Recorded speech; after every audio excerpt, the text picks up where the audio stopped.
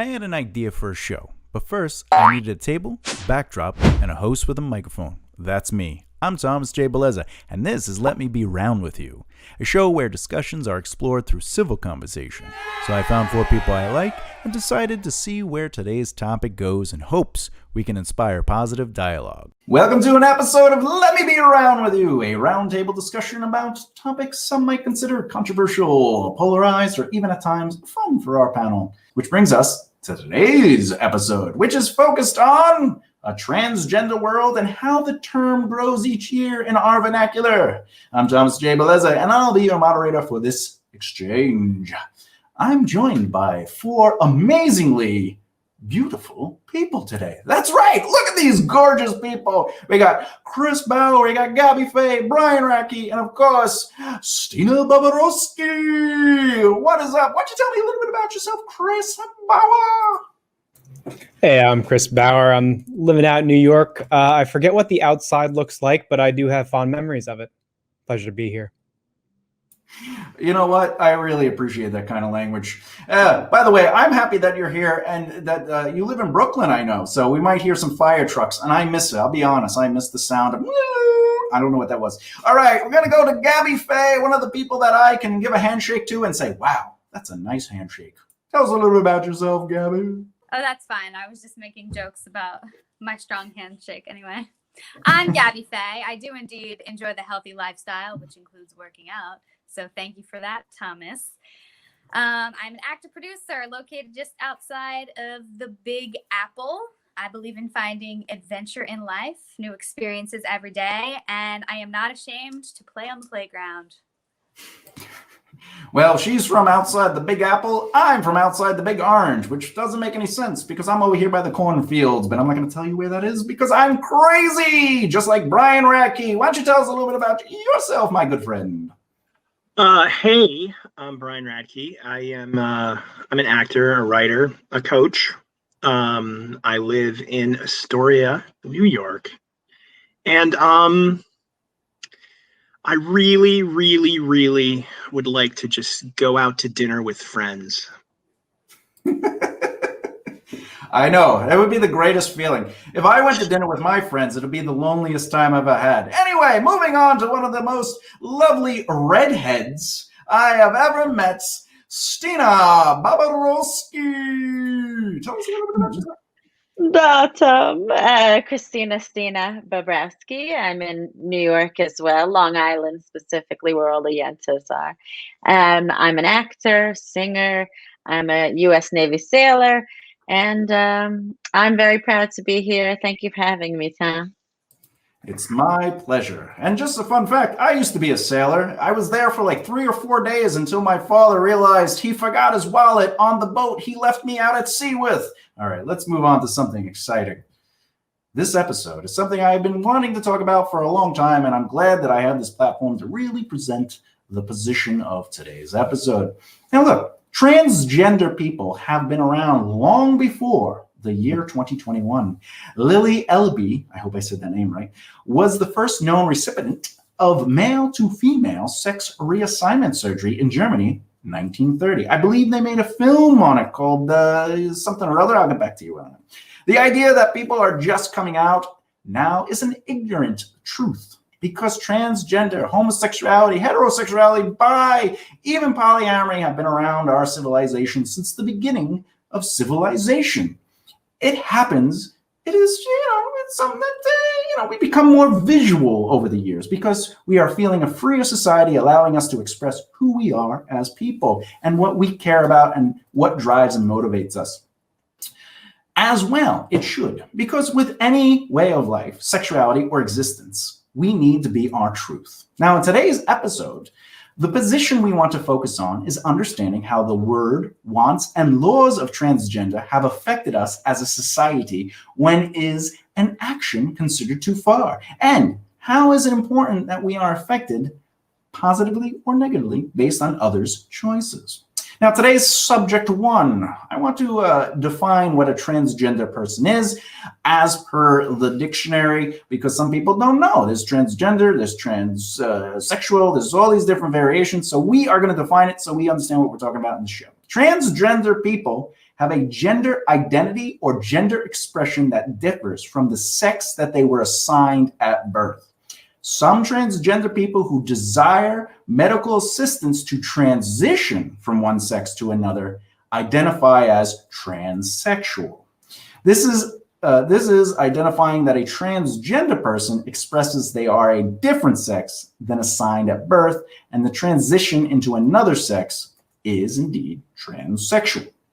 A position that has been brought up more than once is gender dysphoria, which is a condition in which there is a conflict between a person's physical gender and the gender he or she identifies with. The mismatch between someone's sex and gender identity can lead to a distressing and uncomfortable feeling called dysphoria, and or body dysphoria, which is a disorder involving the belief that an aspect of one's appearance is a defective and worthy of being hidden or fixed. This belief manifests in thoughts that many times are persuasive and intrusive, is ultimately what transgender live with. Now, in this episode, we are suggesting that we're going to talk about gender dysphoria, since body dysmorphia is the idea that there's something wrong with your body.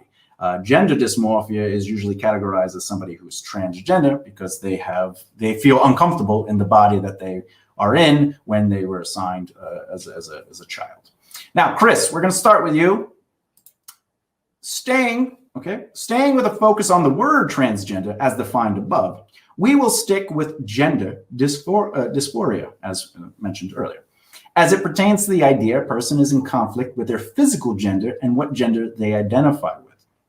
The debate out there suggesting that a transgender person suffers gender dysphoria, which is considered a psychological condition, would it be concluded then that it is a mental condition that keeps a person in a state of discomfort, dysphoria, or that it shouldn't be considered a mental condition and simply a biological deformity like being born with less fingers or conjoined twins? I hope the easy start to the episode is good for you, Chris. Absolutely. As a cisgendered man, I think that I have a lot of really good points for this discussion. But however, I do want to kind of challenge the notion to start with that gender dysphoria itself. We've defined that as in the DSM, which is like the diagnostic manual for psychological classification of like mental disorders and stuff like that. And I'm probably butchering the exact terminology here, but there's actually a lot of arguments surrounding whether or not this should be categorized as a medical disorder or a mental disorder at all. That the focus on creating a concept of like this is a problem that must be solved, pathologizes it. It makes it something that needs to be fixed, and that people aren't understanding what it really means. Because we've positioned it in such a way where it's something that should be fixed. It's not an easy thing. I mean, this is what people are feeling inside. This is what they believe. There are definitely scenarios in which it's been identified that there are issues or mental issues surrounding other related pathologies and stuff like that, but there is no like evidence here that that's what we're really looking at when it comes to being transgender. And to even I think suggest that that's the case is a little bit tone deaf. It's definitely trying to assign our own understanding of what we think gender is on someone else who is not experiencing the same thing that we are. And it's definitely an unfair thing to do to other people in the same way that I would feel attacked or upset if somebody said to me, well, you're actually a woman. Well, I mean, might not feel upset, but at least that I wouldn't feel comfortable with someone making an assertion about who I am when I know how I feel and where I identify. By the way, you would make a beautiful woman. I just want to point that out. But you bring up some really great points in that subject matter. And again, remember on this episode, we're just bringing up topics that are trying to be discussed to see and clarify certain things. And we're not saying things are correct or incorrect. We're just bringing up positions. to the sense of what you're saying, though, Chris, who has the right to say what and where? And that's a good thing that you brought that up, because we are going to be talking about that in this episode. Who has the right to say what, when, and where? However, again, you said it yourself. You wouldn't know what it felt like because you're not in their head. And then you presented the option. If someone said I was a girl, I'd be upset. And you're like, nah, really? I wouldn't be upset, because we don't have what they are living with. Whoever's living with, it's with anything. If you're talking to someone who has depressive disorder and you have depressive disorder, you still don't know what's going through their head, because they're individuals, they're different people. And that's the point of this conversation, is going, hey, look, this is the definition, this is what it says, so wouldn't that be that? And that the point is to bring up the conversation to go, why are we even discussing it? Who cares? What do they need? What's going on with them? To bring up basically what you were saying, Chris. Who are we as people to say what they need or what they should be defined as? And that's the point of the episode, is like, what do you need? Right? All right, subject number 2.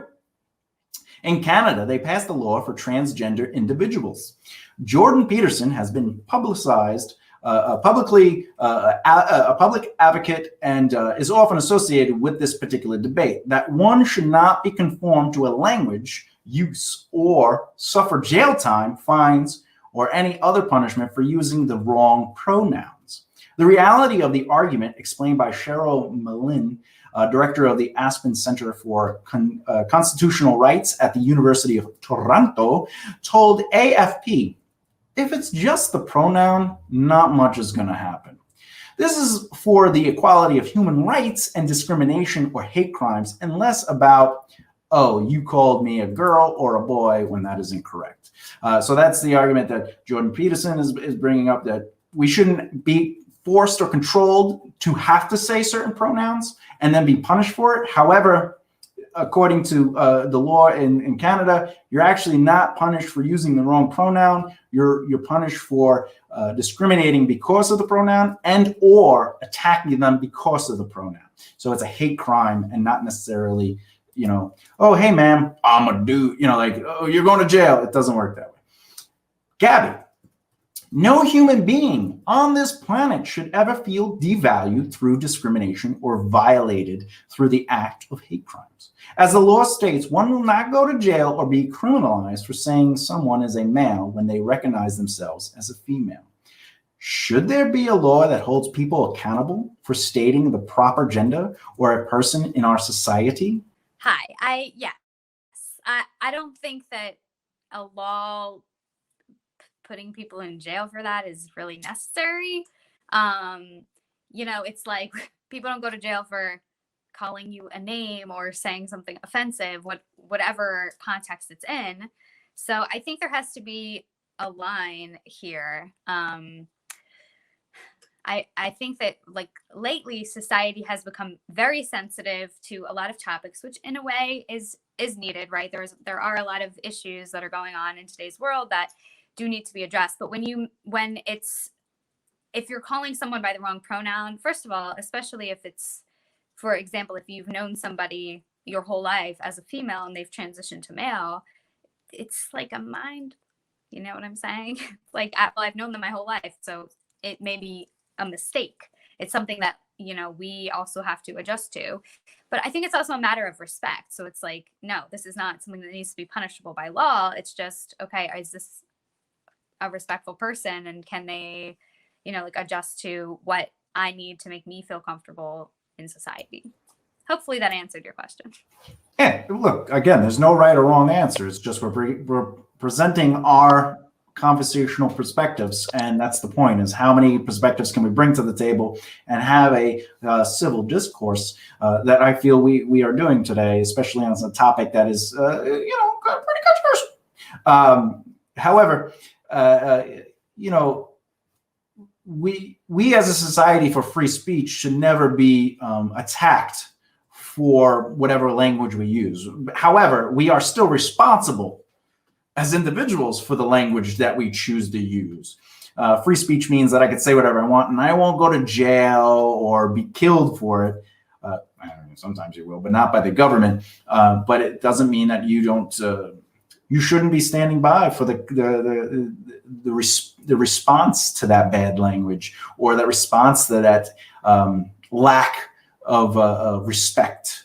You know, sometimes when I was younger, if I didn't call my grandfather or you know, sir, I get smacked in the head. You know, that's how Sicilians are, right? It's, sir, you know, oh, sorry, grandpa, you know, sir, you know, you're like, oh, sorry, sir, you know, and you know, I had the freedom to call him grandpa, but the law was in his house, I had to call him sir, right? And that's the reality of it. Oh, Gabby, go ahead.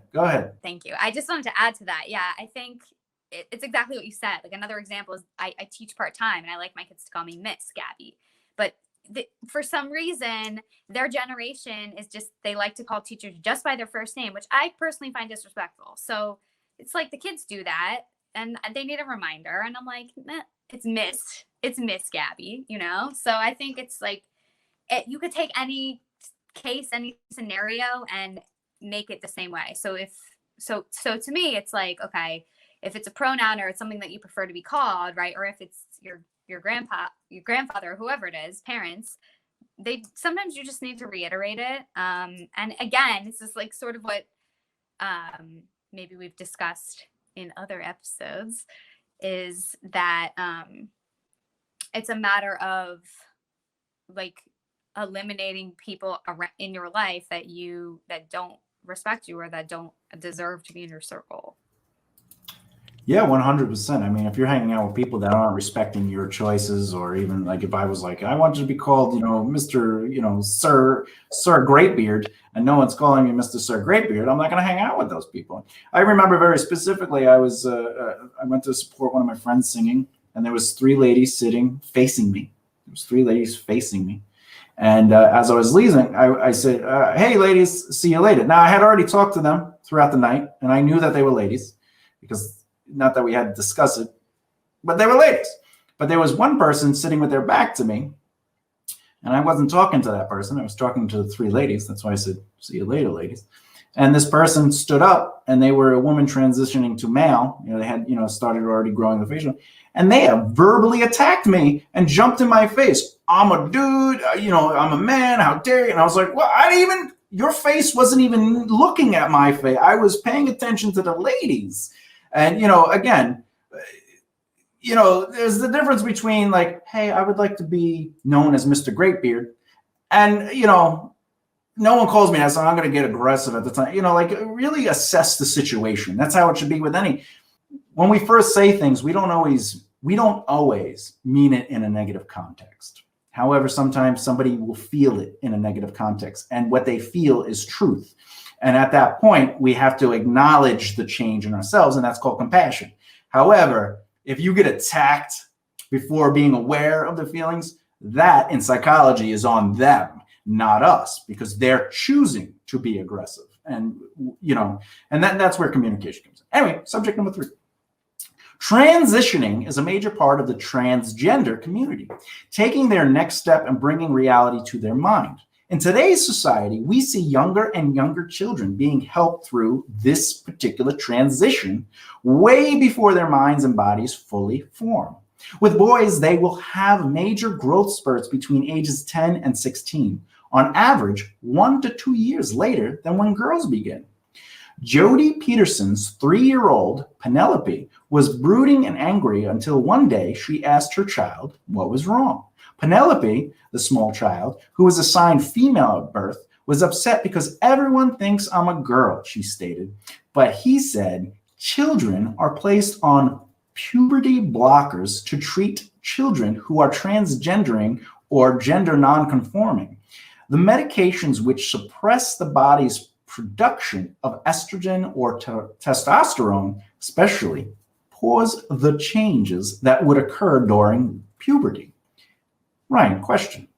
Is it healthy and responsible for parents to allow children at extreme young ages before puberty finishes to begin taking these puberty blockers? Wow. You know, I think everything is, that would be a really, to me, just as a person who doesn't have kids, that's something that's really hard for me to wrap my head around. However, I have a couple of people in my life who have transgendered, and they did so in their teenage years. And I think what this all comes down to is like, do you have empathy? How can you possibly be an ally to this person who's going through a really difficult time, which is even, multiplied by whether it's familial, whether it's cultural, whether it's religious, whether it's societal, how can I help them through that? I would like to believe that the parent of these children will, I guess, know in that as they're, in the charge of this minor, that they would have these discussions with their kids, and they would know this. I mean, to me, I would find it really, really hard if I'm like, some lawmaker says absolutely not. I mean, if this child is going through, this,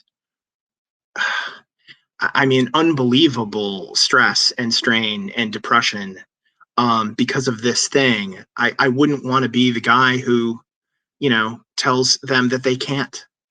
I mean, that's really that's all I can say about it at this point, And that's a good point you're making, because you're not in the situation. However, philosophically speaking, I think I'm going to throw a devil's advocate at you, sir. The first of the episode. In that situation, if you're saying, well, you want to support them, if your child was, say, 5, and they came to you and said, hey, I want to get a chest tattoo, multicolored, would you support them as a parent? If that chest tattoo is of you, absolutely not. Well, again, I think these things come down to having these conversations between parents and children. I mean, obviously, there isn't. I don't think there's only one right answer for a lot of these things. I mean, personally, I wouldn't allow my kid to have a chest tattoo at 5. I wouldn't. But if they could explain to me how their life is has been made infinitely worse because of the lack of it, I mean, there would have to be a long conversation about this, Yeah, that's fair. That's fair. Now, it always comes down to conversation, but as a parent, your responsibility is to the healthy and security of the child to grow to a proper age, to be the best version of themselves. But with that said, again, my devil's advocate, you're getting another devil's advocate. Right? There you go. There you go. Well, because you didn't technically answer the question, so now I gotta dig into you a little bit. Okay? I'm never going to be a guy who's going to give you an absolute. It's just not going to happen. That's fine. That's fine. I grew up with very Catholic family members. My grandmother went to the same elementary school as Pope John Paul II. That is a true story. That's fair. Oh, Chris has something to add. Let's let him add, and then depending on what he says, I'll add the devil's advocate. Go ahead, Chris. Yeah. I just want to make a point here that this is one of the hypotheticals that are kind of used as gotchas for people who are attempting to understand this as best they can, because obviously it's a very traumatic thing to feel something as serious as gender dysphoria, at a young age, or a child's age, or something along those lines.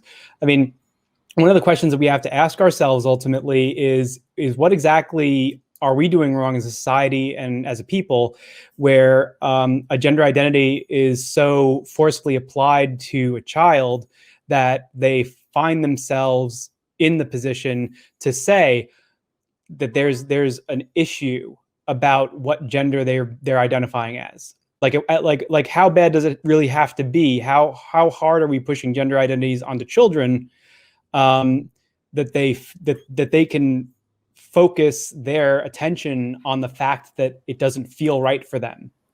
I think that's kind of like a scary concept too, yeah, in another kind of roundabout way.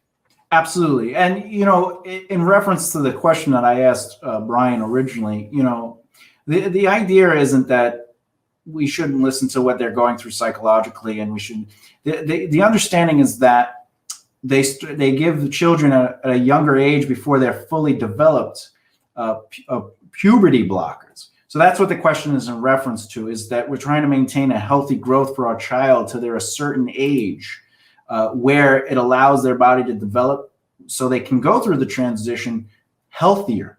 It's not saying they shouldn't get the transition. It's saying let their body develop so they get the right hormones and testosterone, and then they could start going through, because stunting certain aspects of puberty can create issues down the line that they might not deal with if they got to a certain age and then did the transition. And that's what this question is referencing as far as the argument, scientifically speaking. It's not saying they shouldn't get the transition. It's saying if a 5-year-old is like, hey, I want to be the opposite, I feel I'm in the wrong body, and then you start giving these puberty blockers, it might stunt their growth, their height, their whatever the case may be. There's all these different side effects. But it shows that the majority of adults, as per case studies, when they get to a certain age where their bodies develop, they go through those transitions. It's healthier and less side effects as far as like, problematic surgery, et cetera, et cetera. So when I'm talking to Brian, I'm not asking him particularly questions to got you. He's not answering the question as far as, is it proper for a parent to give a child puberty blockers, which in turn stop the development of that child healthy. Oh, we got a Brian. Well, I mean, as a responsible human being, I mean, obviously you would have to research all of these things. I mean, if all of the science that's there says that it is much better, for everyone involved, for these puberty blockers to not be issued, then by all means, that's that. I mean, that's whatever's best for the kid, Yeah, that's ultimately what the question is saying. What is, you're a parent, and what is that? Is it healthy and responsible? Because that's the question. Is it healthy and responsible for parents to allow children at a young age before puberty's finished to begin taking these puberty blockers? The question isn't saying parents shouldn't be like, you shouldn't go through transition. It's saying like you're saying, Brian, do the research. And in fact, you could probably get your child tested to see if, I'll get to you, Gabby, to see if they're even in a position where the transition would be best for them at that age, because that's a responsible parent. It's the same thing if a child, I want a tattoo on my chest at 5. You're going to do the research. Is it a smart thing? Their chest isn't fully developed with any meat, so maybe the needle's going to hurt a lot more than if, right? So there's a whole bunch of aspects to it, but it isn't. This question is not denying the transition. It's taking on the responsibility as a parent to know when to allow a safe transition to occur. All right, so Gabby, go ahead. You were going to say. So I think that as a parent, you always have to do, just like Brian said, what's best for your child. So if your kid is like not developing their reading skills at the age that most are, or they are like being really OCD or whatever in school, like you have to put them into therapy, and maybe their psychiatrist recommends medication, right? So you have to decide, okay, is this something that is going to help my child or hinder my child? So I think it's really individual based on this specific question of it, is if this is something that I should give to my child. But I think the most responsible thing to do as a parent in that situation is just always make the child feel comfortable and seen and heard. And so if they are feeling, that they're the opposite gender, it's not something that you write off, that you really hear them and you support them in any other way. If you're not, if you decide that it's not the best thing to do to give them blockers, that you're helping them like decorate their room the way they want, or, like you stick up for them if another child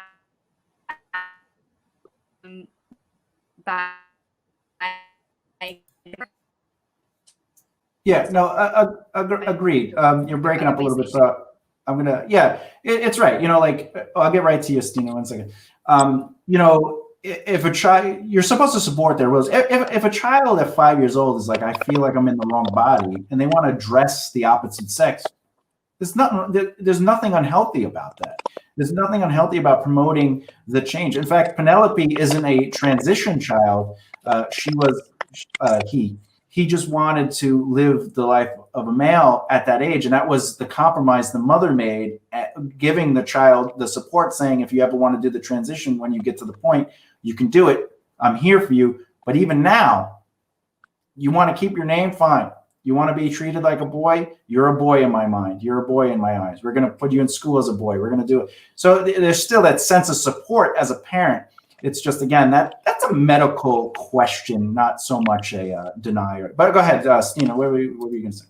I just had two quick things. I mean, personally, I'm not a big prescription fan. Like, that's not my go-to. I do everything else in the book before I go to pills. But I was thinking of when I was in high school, there was this girl. I mean, I don't know if she'll ever watch this, but she had a really large nose. And I think her mom gave her the option to get surgery.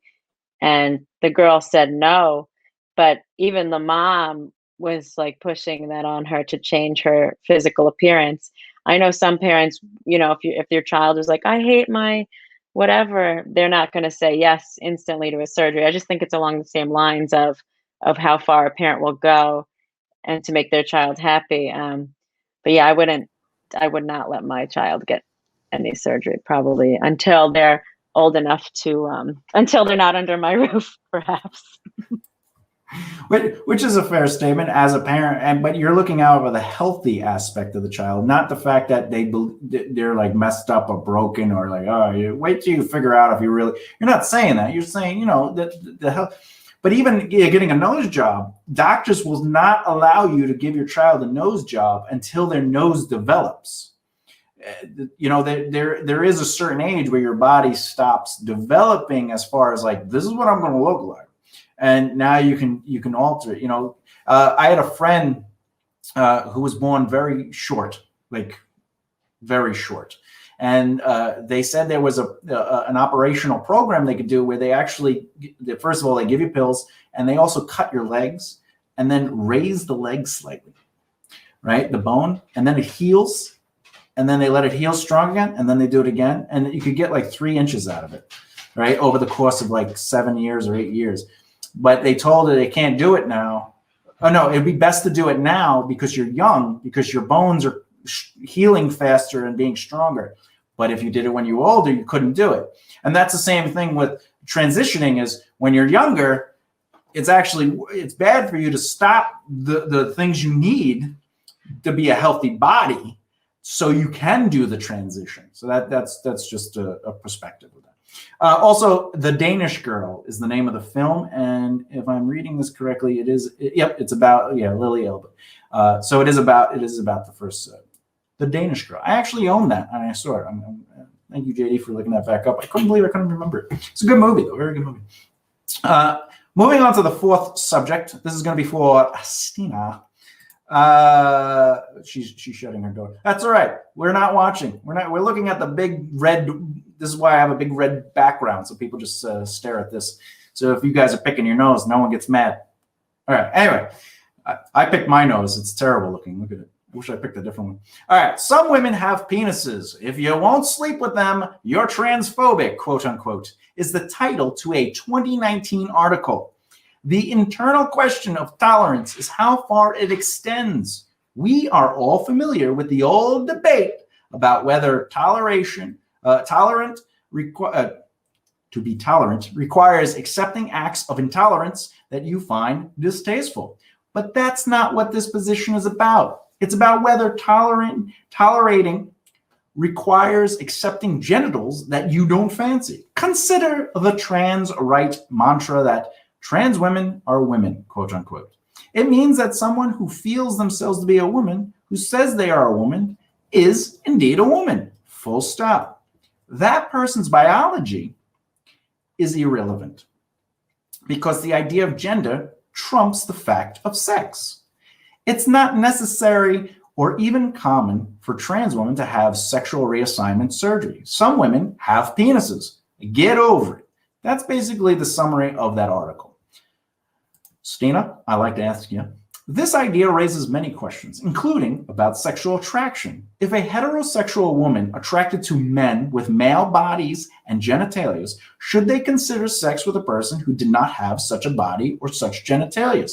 If a heterosexual man who is sexually excited by women with breasts and vaginas, should they be aroused by someone who had neither? My question to you stands to the point that, is our lack of attraction to certain physical, mental, and emotional stimuli important when deciding who we want to be with? Or should we forego our preferences to make other people feel comfortable even though we are not transphobic? Go ahead. I couldn't relate because I am on the market and I am on dating apps, and a lot of people on there are trans, a lot, and you can tell, and I'm always thinking like, I try to look into people and say, could I do this? Could I really do this? But everyone has a type. From my experience with dating in the past, it's more of an energy, chemistry connection. Obviously, you have to be attracted to the person, but I think that especially these days, because dating is on the apps, you really have to meet. For starters, you have to meet this person in person to even know whether you have something, because you're likely less likely to give them a chance on these dating apps. And in general, if I'm walking down the street, and some are hard to tell, which I think may be easier, but then again, your brain will, if you're not used to the concept, will confuse you. And I think that's another education point where they should be teaching this at a young age, that this is the future, this is now, and we have to accept it is what it is. It's going to be completely fluid one day. So. Devil's advocate, is what you're saying though, that a person is transphobic if they are not attracted to, say, like, let's say a heterosexual male likes the vagina and they're with a trans person and they have a full-on penis. In some cases, that's okay if that you're into that. But if you're not attracted to a phallic instrument, does that really make you transphobic? That's what we're asking in this situation. If I'm not attracted to, say a penis, you're saying, then so put me in the situation. All right. So, well, the thing is, we don't like to put people into. Well, whatever. I'm open. All right. So, but I also know your sexuality, so it's a difficult. I'm not what is it called, pansexual. So whatever, I know we had a very long topic conversation at a bar once about this. That's right. That's where we talk about me being poly, you being pan. So we get it. But more importantly, if you're attracted to people as yes, an idea. Period. Mm-hmm. Period. But what I'm talking about is the physical aspect. Is, if a guy is attracted to vagina, like they want to make love to a vagina because they don't even like their own penis. When they pee, they look up. They don't even want to see it. Like, they're scared of it, right? Does that make him transphobic? Is what we're asking as a question. Is it transphobic to have a preference? No, and you may be talking to the wrong person, because my theories are, my theory is everyone's somewhere on the Kinsey scale, as we've discussed previously in person. And I think if you don't love what you have on your body in general, I'm not trans. I don't have that it's not an issue. I don't have that change in me or that want.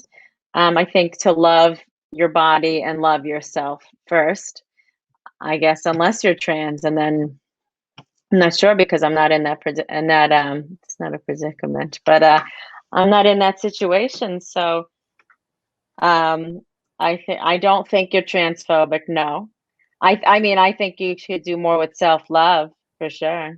Oh, well, I love myself. Well, then you love your parts too, I'm sure. I love every part of my body, no matter how fat I look. I look at all my pictures forward. I don't do side profiles. No, the idea that a preference, it's like having a friend. It's having a friend finding out they're gay, and you're like, I can't be friends with them. Like, that is homophobic.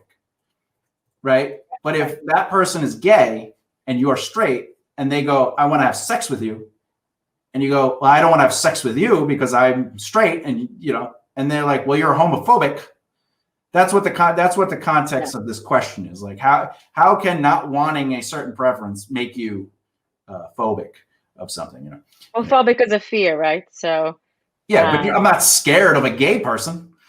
some people are. Well, that's phobic. But like, if they want to make love to me, it's not a fear. It's a preference. It's just a non-interest, right? It's a Yeah, preference. It's sort of like a woman with a straight woman and a straight guy. The guy goes, "Hey, let's go on a date," and she goes, "No." Does that make her heterophobic? Yeah, right? no, No, she's just not into the guy for having a huge nose and a beard and beautiful long hair and a nice flannels, you know, whatever. Jesus. give him a chance, girl. Yeah, just give Thomas a chance. Give Mr. Sexy Beard. Anyway. All right, let's move on to the last question. Now, table 5, subject number 5. This goes out to the whole table. When people talk about other races doing A, B, and C, it takes us back in time to a place that still makes no sense today, especially for this guy. The idea that society places too much weight into the this, that aspect of the debate for what is right and wrong when it comes to transgender stands to be the same debate for races. Who cares what someone is doing when it comes to them doing it to themselves in their minds, their homes, or their life? As long as someone is not physically hurting another person, people, or purposefully controlling the outcome of a gathering of people, then let people be themselves in whatever shape that comes from.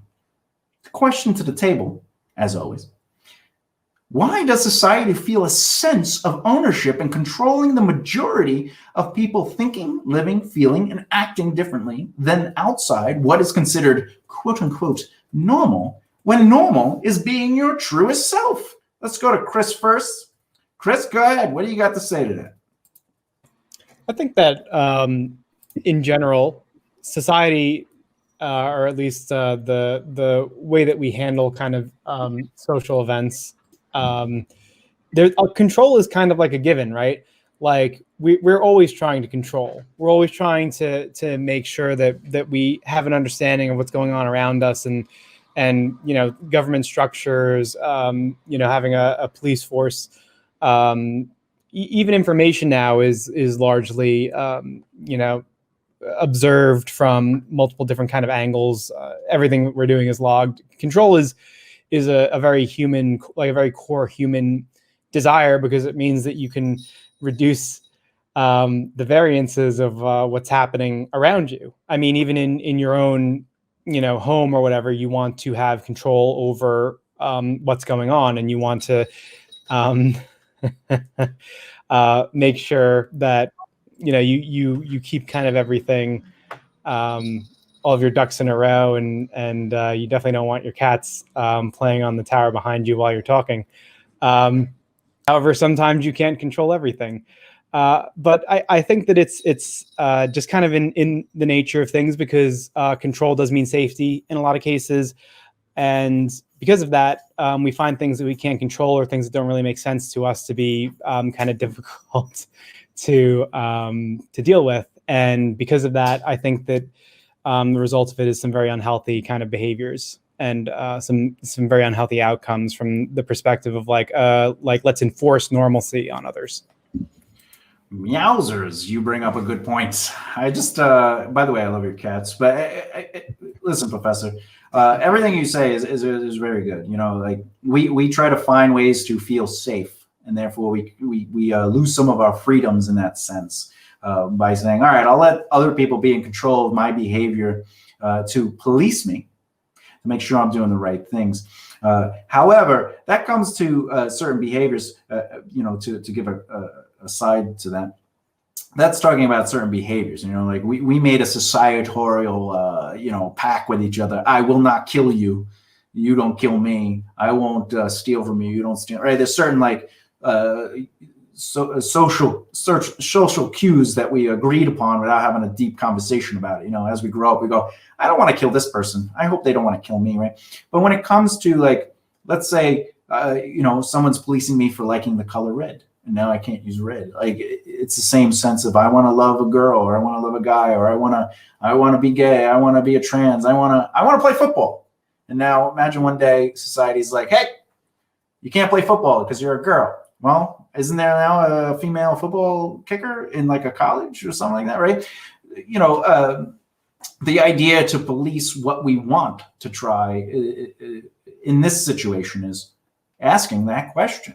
Why does society feel a sense of ownership and controlling what, you know, and you're right, you know, it's policing. There's a sense of, I mean, that's not the only variable, but it is a sense I want to feel policed and protected. Gabby, would you like to add to this? You know, why does society feel a sense of ownership and controlling the majority of people thinking, living, feeling, and acting differently from outside what is considered normal, quote unquote, when normal is being your truest self? I think that when it comes down to if somebody's behavior or something that they are doing is affecting you, then you are allowed to have a say. Okay, so if you're a person who likes to smoke cigarettes, that is great. Do your thing in your house, in your car, but please don't smoke around me because it's affecting my lungs and my body, and I did not agree to that. So if in the same realm, somebody is transgender, and that's great. I have no issue with that. I think it's wonderful. Celebrate it. Do your thing. But if it's a situation where you are shamed for not wanting to have intercourse with that kind of person, if that's not what you're attracted to, that I think is not okay. Because then that's what spills over and affects you as a person. So I think that it's important that there are laws, that there are things that say, okay, well, at what point is somebody's behavior or practice or whatever it is affecting others? That's what we need to be focusing on, not things that other people do that have literally no effect on us at all whatsoever. Yeah, I wanted to add to the cigarette thing. You know, again, what I stated is ultimately, if you're not hurting people, you know, you should be able to do what you want. But in the situation with cigarettes, we found that secondhand smoke is bad for you. Exactly. And so now there's laws in place, right? You can't smoke on a plane. You can't smoke, or there's different seating areas in a restaurant. So that takes into consideration people who we don't have control. Like if you're smoking by me, I don't have control over your actions, but yet they're still affecting me. Correct. And somebody being trans, even if you don't even know they're trans, it doesn't affect you. Right. But actually, you bring me to an interesting point. So I was just talking to a friend of mine the other day, and he is in grad school and he is getting housing. So they're doing like roommate selections, and they actually have something on the application, which is like, you're okay to room with a transgender person. And I think that's like a great question, because he's like, I don't care. Okay, great. You know, like he doesn't care, but for somebody else, they might feel uncomfortable. Whereas it's like, if you're a male and you don't want a female roommate, like I think people would understand that. So I think giving people a choice in the matter when it comes to them and their lives is important throughout the whole conversation. And that's something that the transgender community or any community of people would want for themselves. So why would we deny that from other groups of people? I would like to devil's advocate you. Okay. Let's say that same college has on that same piece of paper, male, female, or transgender, and then it says, are you comfortable being in the room with a Black person, Puerto Rican person, a Jewish person, an Irish person, an Italian person? Where does it end up becoming ridiculous? Because the idea is the trans person is a person. The guy and girl, they're both people. It comes down to respect and organization to your behavior skills. I don't want to be in the room with a murderer, right, male or female. But when it comes to male or female, like if I'm in a room with a female, she might be uncomfortable, but I can't assume she'll be. And therefore, I don't care if I'm in a room with a male or a female. It's up to my behavior as a human being to be decent. Once that decent is gone, it's not about it being a male and a female in a room. It's about being an inappropriate person in a room with somebody that doesn't want that inappropriate behavior. But my devil's advocate question to you is, what if that same paper said, do you feel comfortable being in a room with a Black person? Bring it on. Bring it on. Okay. So I think it's a great question, actually. I appreciate the devil advocate questions. So I think in some countries, if you go to another country, some countries don't even have gender specific bathrooms. Okay. So they are, I guess, either they've never cared or they've stopped caring about gender norms. In America, we have decided that it is not okay to judge someone by their race, right? Like we've had all of these laws put into place. And so maybe it's the fact that, well, transgender is a newer thing and people are still adjusting to it. So perhaps in time there will be laws where it's like, well, you don't have a say. It's hard for me to say on that specific topic. But what currently is the situation, at least like in dorms in America, is there are like male and female. That's like the differentiating factor. It's not by religion, it's not by race, it's not by even sexuality. So I think, and I feel this way on so many issues, like it really comes down to the individual and your individual beliefs. So it's like, okay, I could have a roommate who is like the same gender, same sexuality, same race as me, and I could literally hate her and not want to room with her because of her as a person. And that's always been my thing, is to judge somebody like based on their soul and their personality and not on like the color of their skin or like their sexual whatever. But yeah, I do think that, you know, like there have to be some rules in society or there would just be ultimate chaos. That is the best that I can give you.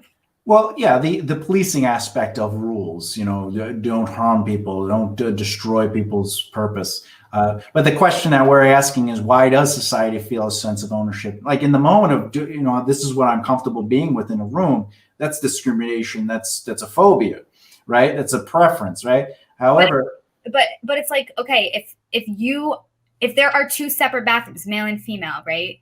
And you're sharing a room with a person, like you're sleeping there, you have a bathroom together. If you do not want to share a room with the opposite sex, and it is a transgender person, but like at birth they were assigned this gender, I feel that you have a right to feel that way. Sure, you have a right to feel however you want. That's the purpose of life, right? That's saying what you feel is real. But what the question is still asking, though, is why does society feel a sense of ownership in controlling that? Why is there a sense that we have to divide? Like you said, in some countries, they don't even have a male-female bathroom. You just go in, right? And that's a whole other topic that we could do on an episode, mostly saying, why does it matter what we are? Why do we create? You know, there's an episode that we have coming up in the season that, well, that's in the season, that talks about sex and says, why can't we talk about sex openly? Yeah. You know, right? Some people can't, maybe right? it's the way that we're conditioned, and you know, like things change over time, right? Where like sort of what I was saying years ago, African American people weren't allowed to sit in the front of the bus. I mean, we know how ridiculous that is and how horrible it sounds, but like back then that was maybe not accepted, but it was the norm. That's what people were used to. So maybe like this is the new issue, hot topic issue that we need to figure out, you know, like what we need to do in society to give the greatest happiness and fairness throughout. Exactly. And that's the point, is like everything's changed, you know, and like you said, well, we don't discriminate against race anymore, but we're discriminating against other things.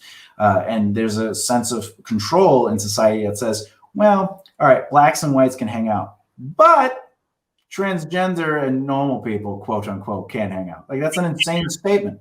You know, like what happened, you know, now you want to discriminate for these people, but you can't because of the law. So let's pick someone else. And there's something in society that's suggesting this control. They're creating these boundaries and these levels of, you know, ultimately like what I'm comfortable with. And, you know, but anyway, moving on to Brian Radke. Go ahead, give a little bit of, you want me to repeat anything? No, I'm just going to tell you, you know, societies form, governments form, and they have this idea of, you know, these are the things that we need to do to keep everybody safe, or these are the things that we need to do that everyone can agree on. And control gives people some sense of relief in some way. The issue, I think, you know, well, one thing is that, you know, these laws and rules, they change over time. I mean, at one point in time, you know, people who were left-handed were considered to be possessed by the devil. You know, we've already talked about, you know, issues around race and things like that. the people who are in charge usually of changing these laws are usually 2 or 3 generations older than the people within the society. So of course they're going to be behind the times. I mean, hopefully, we can get to a point where people can move past it. And usually what happens is, by moving past it, people gain some more understanding or some more empathy toward whatever situation it is. And, eventually, I hope that, the issues around transgender will become a little bit more facilitated through society, as some of these other really horrible things have done over time. As an individual, in terms of going back to the earlier question, is like, is it wrong or whatever? It's like, for me, it just comes down to, what's your intent? Like, if your intent is to harm or to make somebody feel horrible in some way, then it's wrong, And all of this stuff is only going to be ultimately decided by people being willing enough to have these conversations. And are they 90-year-old and 85-year-old people who are in charge of government right now willing to have that conversation? I don't think so. Yeah, that's the thing, conversation. And you're right. Like, some of the people running the country in the States are, old, very, very old. And there's maybe like a handful of people that are, what's it, AOC, whatever.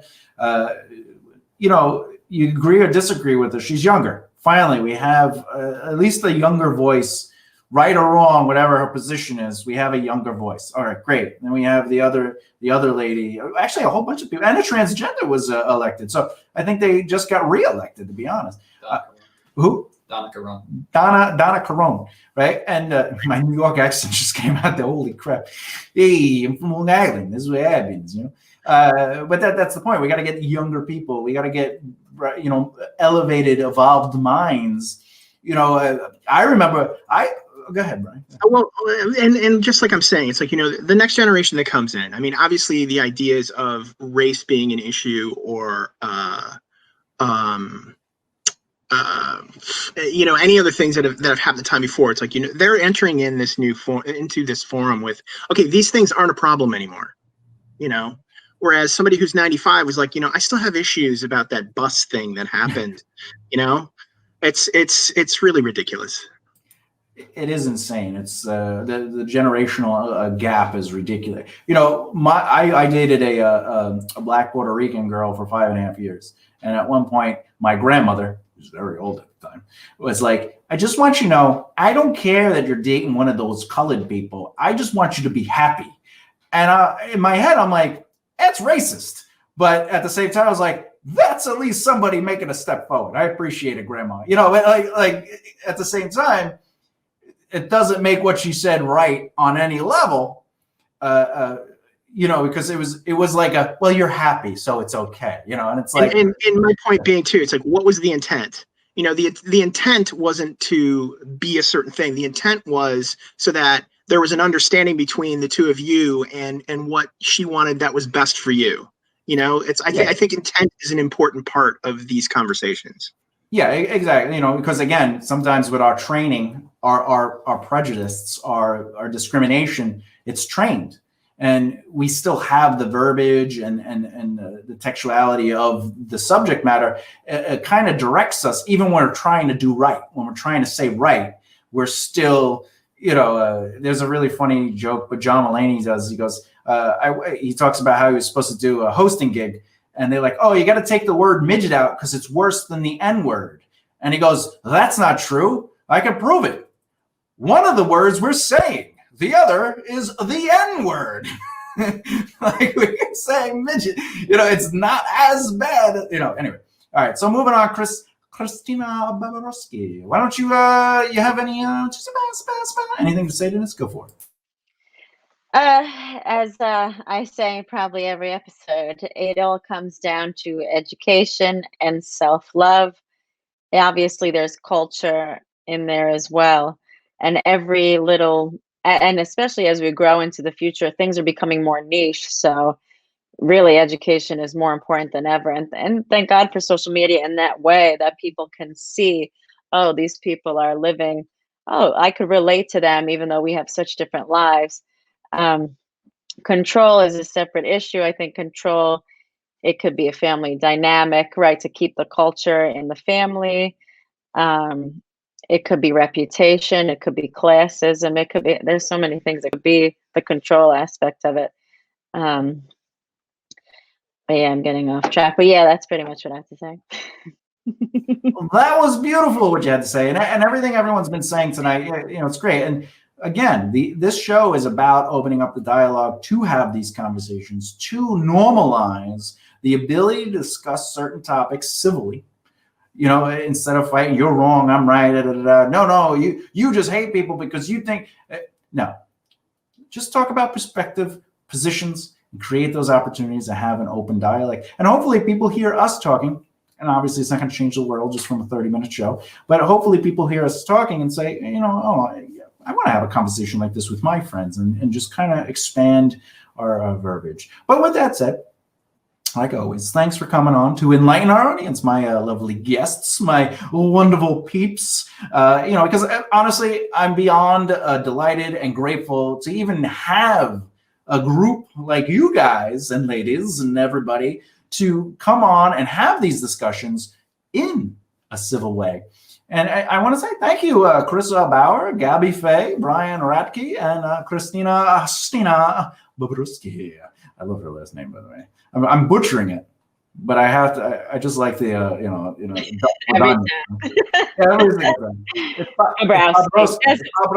Bobrowski. Say it however. Bob Browski. I get it. Exactly. I got it. No, I got it. I'm on it. Anyway. All right. Thank you so much for being on here. And look, let me be round with you. I really love hearing people, and I respect opening up their thoughts to the world and elevating life. That's why this show is here, the platform. I want you to hear what they have to say so you know what we're talking about. Or you can just ignore it, but please unmute this so you can hear it. You might learn something. That's the whole point of Let Me Be Around With You. So that's it for this episode of Let Me Be Around With You. I'll see you next time. And remember, listen to hear one another, speak to add value, and grow together from the beauty of other perspectives. Have a good night.